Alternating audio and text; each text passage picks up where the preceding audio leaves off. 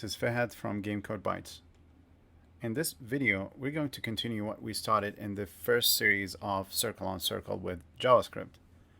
But instead, we will be able to move the circle around the globe, and also the circle can jump and bounces off the boundaries of the canvas. I'm also going to use the same code base I used in the first part. So let's get started. So in the first part of this series, we were able to build the simulation so that the small circle would always be attracted to land on the surface of the big circle. Now in this one, we're going to let the small circle to have the freedom to move right and left. Let's say move on the surface of the big circle, and also it can jump. So first of all, the first thing we will think about now to implement is to create the keyboard event. So we have to listen to the keyboard events. Okay, so here I'm going to say document dot body dot on key down, let's say, equals function. And what I need from here is not all the event. I'm just going to say the key code. That's all what I care about now. And let's test and see if we are getting the, let's say 39, which I think it is the right arrow key on the keyboard. So I'll say console.log right. Let's try it out. So open the console log, press right, and it's working. And to make sure also the left also is working, let's try this out. Oh. Right, left. Okay, good. Now every time we press right or left, we want to set some flags here. So I'll say it's not going to be a constant because we want to change those flags. So I'll say is right equals false, and is left equals false as an initial value for each of them. Now here I will say is right equals true, is left equals true. Now we also want to make sure that when we remove our fingers from any of those keys, for example, when I remove my finger from the right arrow, it needs to set that to false. So here, instead of saying on key down, I'm going to say on key up, and then this is going to be false, and this is going to be false. Okay, so there are no errors, so this is good. Now we have the movement almost ready for us, but we need to consider something. What do we want to achieve when we press right and left to move the circle around the globe? Every time we move the circle right or left, we need to either increase the direction of the circle to the right or to the left. Then we need to recalculate the position of the small circle according to the globe. And to do that, let's create a function called maybe separate. Or you can call it reposition, whatever you want. And this function is going to take circle 1 and circle 2 and the amount of separation we want to apply. Now maybe you're going to ask, I know what is the amount of separation. It's just going to be the radii, which is the summation of the radius for circle 1 and the globe. And that is totally true. But there is one exception, and we'll talk about that later on. So in this function, it's going to, first of all, we need to calculate the new direction. So I'll say new dir equals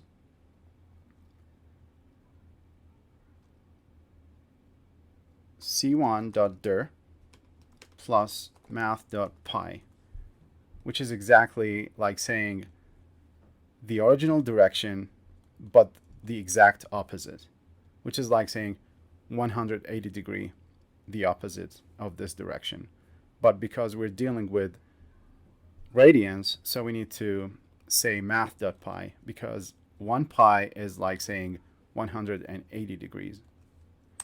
Then we need to calculate the new position of the circle 1. So c1.x equals c2 dot, no, not comma, equals c2.x plus the distance we want to separate the two circles by the x component of the new direction. And same goes for y.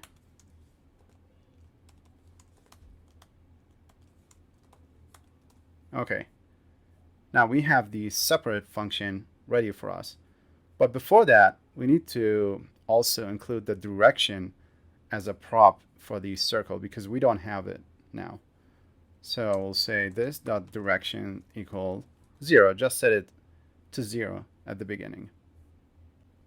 Now let's work on the logic for moving the circle around the globe.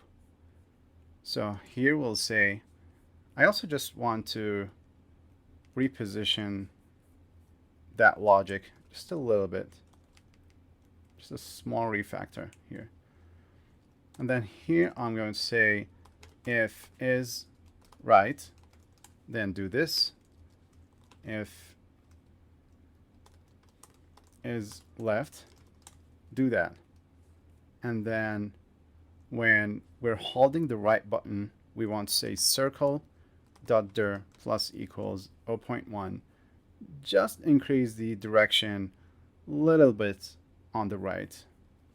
Then we will call the separate function, passing circle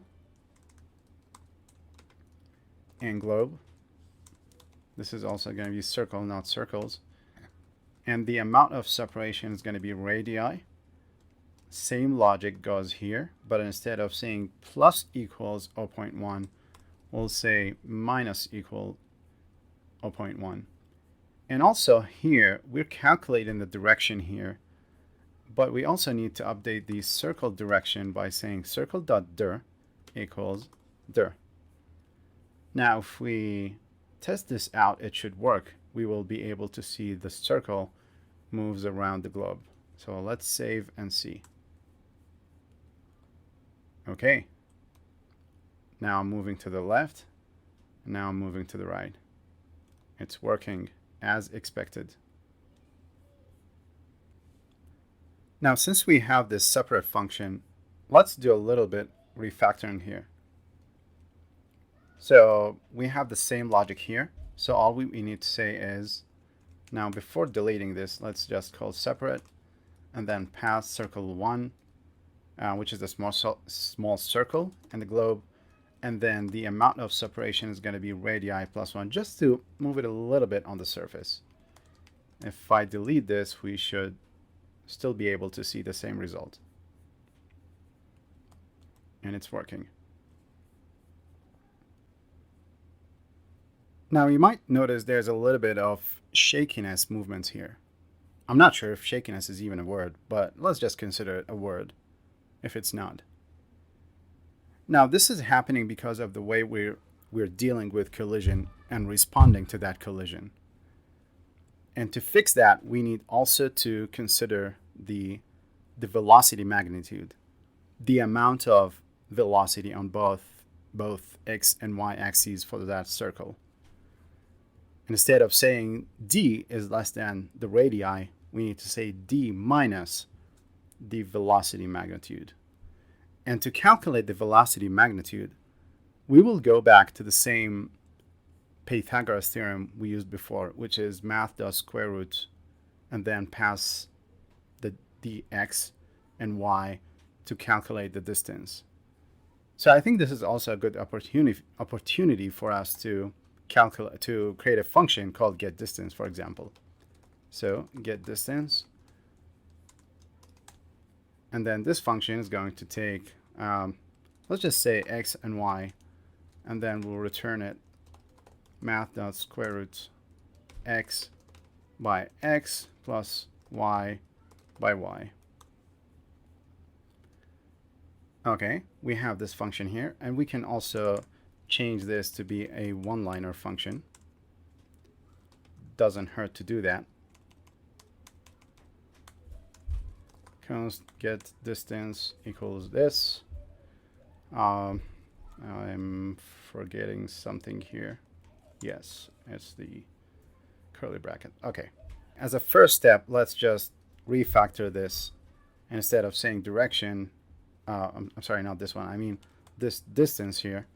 Let's just refactor this to say const d equals get distance, and then I'll pass dx and dy, and then remove this, and it should still work as we expected. Nice, still working. Okay. Now we're going to calculate the velocity magnitude, and we'll say const vel mag equals get distance, or you can even call it get magnitude. So I think it would be better to call it get magnitude instead of get distance. Get mag, for example. Get mag. Oh, I forgot that we need also to change this here to be get mag. Okay. Now here, and it's in the update. Yes. I'm going to pass circle.vil.x and circle.vil.y. And let's just test this out and see if we have errors. Okay, good. Now here we will say also we need to consider that minus the velocity magnitude. Now we should not be able to see the shakiness effect or shakiness movement here if we apply this logic. Let's try it out. It's all good. No more shakiness movements. It's fixed. Now we need to build the logic to make this small circle jump over the globe. So first of all, let's listen for the relevant key code for jumping, which is in our case will be the space key. And its key code is 32. Now if we press the space key, we will jump. The small circle will jump. Now I need to create a constant called jump force, and let's use maybe 12. And also I need another variable called can jump, because we will not always be able to jump. And let's just set it to true. Now here, when we press the space key, the first thing we need to do is to apply a separate function. Because now, when the circle collided with the globe, it's kind of like stuck on the globe. There's always gravity, and there's always velocity, and it's always checking if the radius, not the radius, the distance between the two circles minus the velocity magnitude is less than the radii. So it's kind of like a little bit of stuck. So we need to apply some sort of escape velocity or escape separation. So let's separate them at the beginning. So I'll say separate, and then we'll use the circle and the globe, and the amount of separation is going to be circle.r plus globe.r. I like to flip this. Globe.r plus circle.r plus the jump force. Now we need to calculate the new angle or the new direction. And the new direction is going to be exactly the opposite of the velocity. The velocity of the circle at the beginning, if you look at it, it's always coming this way. Now the jump should be that way. So I'll say a new direction equals circle.dir plus math.pi. Now the new velocity, it's going to be circle.vil.x equals math.cosine. This is not like this. And it's going to be the new direction by the jump force. Same goes on the y axis of the velocity, but instead we'll get the y component using sine. Oh, it is a new direction. And then we need to set the can jump to false. And also we need to make sure that we can't jump unless the can't jump flag is true. Now let's try this out and see. Okay. A small fix. We need to put this logic in on key down. I did that by mistake and put it on key up because we want to jump when you press down the key, the space key, not when you lift your finger from it. So I'm going to remove the logic from there and put it here. Now we should be able to see the jump on key down. Now you notice that I was able to only jump one time, and that's because we did not set back the can jump to true when we land on the surface, when the small circle landed on the surface of the globe. So we'll do that by saying can jump now, yes, you can jump, because now the small circle was landed on the globe. Let's try this out. All good now.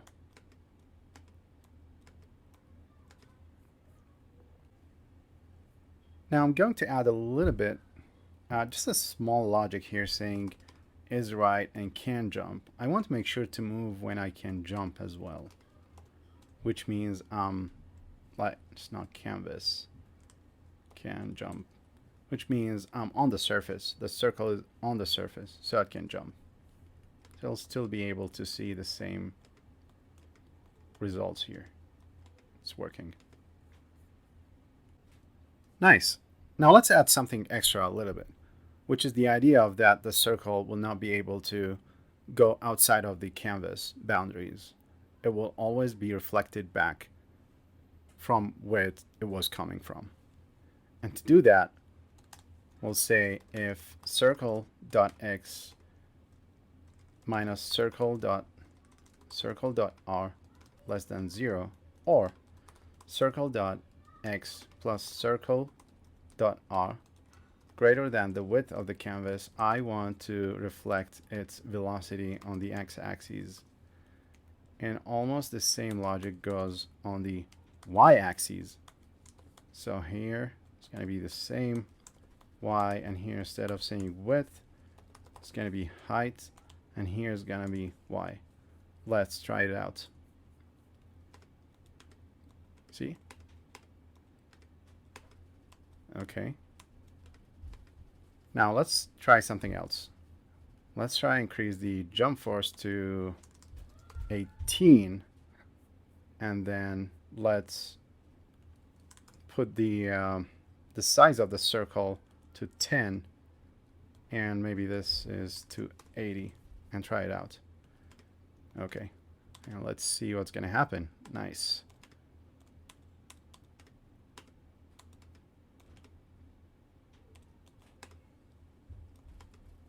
See, it's working as we expected.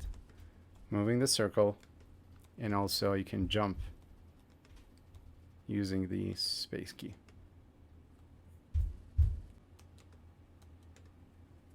Before wrapping up this video, I want to mention something, which is the fact that there are tons of ways to approach this simulation.